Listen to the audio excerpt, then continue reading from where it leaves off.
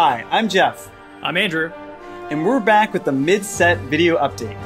Today, we'll be talking about the next expansion, Monuments of Power, and giving you an update on some cool stuff heading your way before the end of the year. Let's dive right in. First off, a big welcome to all the new and returning players who joined the game during Call of the Mountain. We've had a great time seeing your new Targon-inspired builds, whether you're soaking in the sunlight or bringing down the mountain with Aurelian Soul. But the journey to Targon isn't over yet. Another expansion is coming in just 2 weeks. Our new release schedule has fresh cards coming at you every 2 months, with a big expansion that introduces a new region every 6 months. Our hope is that you find something new you're excited to try with each expansion. In that spirit, today we're kicking off the Monuments of Power reveal with an entirely new card type, Landmarks.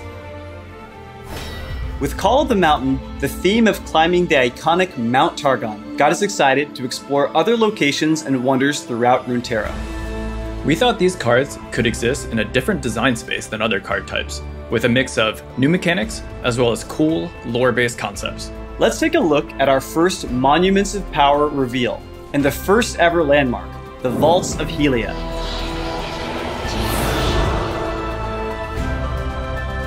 Landmarks are cast with regular mana and take up space on the board, but you won't be using them to attack, block, or take damage. Instead, each landmark has a unique, ongoing effect that can shape the entire game. For example, at the start of each round, the Vaults of Helia sacrifice your strongest unit to summon another from your deck that's 1 cost more. Spooky! Landmarks aren't units, so only certain cards will be able to interact with them. However, a few existing Call of the Mountain cards will have their text updated to affect landmarks, like Falling Comet and Singular Will. For Monuments of Power, we're focusing on big, flashy landmarks, but their design is flexible enough that we can make smaller, even common landmarks in the future. Many will reshape the game in totally unique ways and encourage you to build entire decks around them. In addition to the next expansion, we also have another event coming up.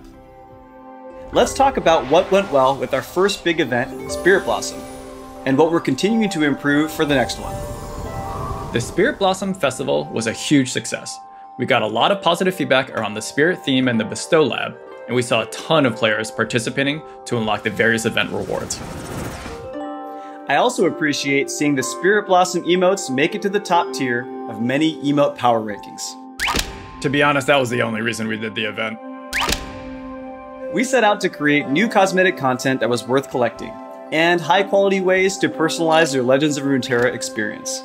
Spirit Blossom has also encouraged us to continue investing in events and cosmetics, and see if we can make each one something you don't want to miss.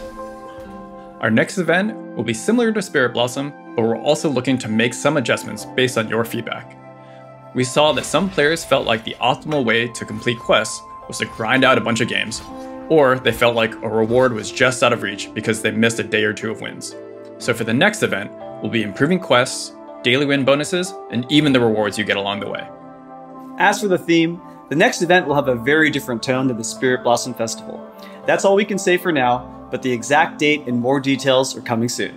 We have a few quick updates that didn't really fit anywhere else. So now it's time for the lightning round. What? Go, go, go, go! Okay, what's the deal with Spectator? In November, we're launching the initial version of Spectator. Watch your friends play in real time in any game with just a click.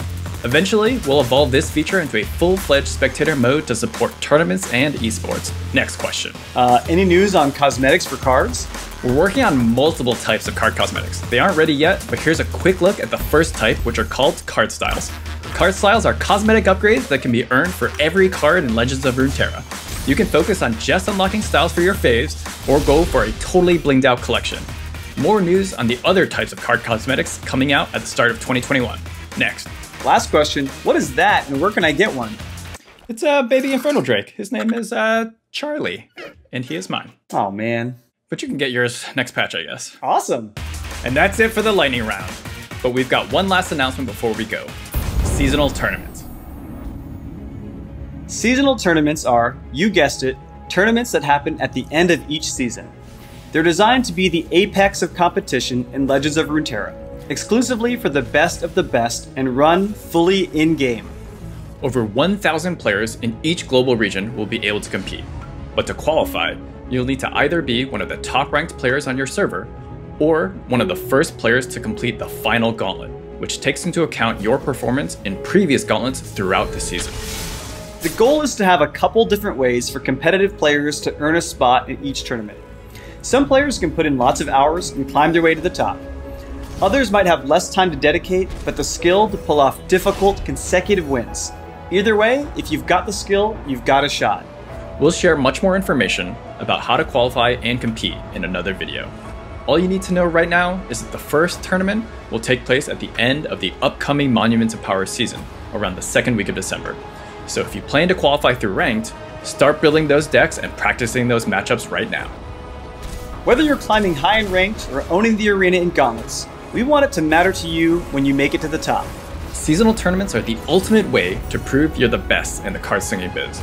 They're also the next step we're taking to build a path to professional play and a thriving competitive scene. Stay tuned at the start of next year for an update on the future of competitive Legends of Runeterra. We're almost at the end of the year, but there's still tons more to come.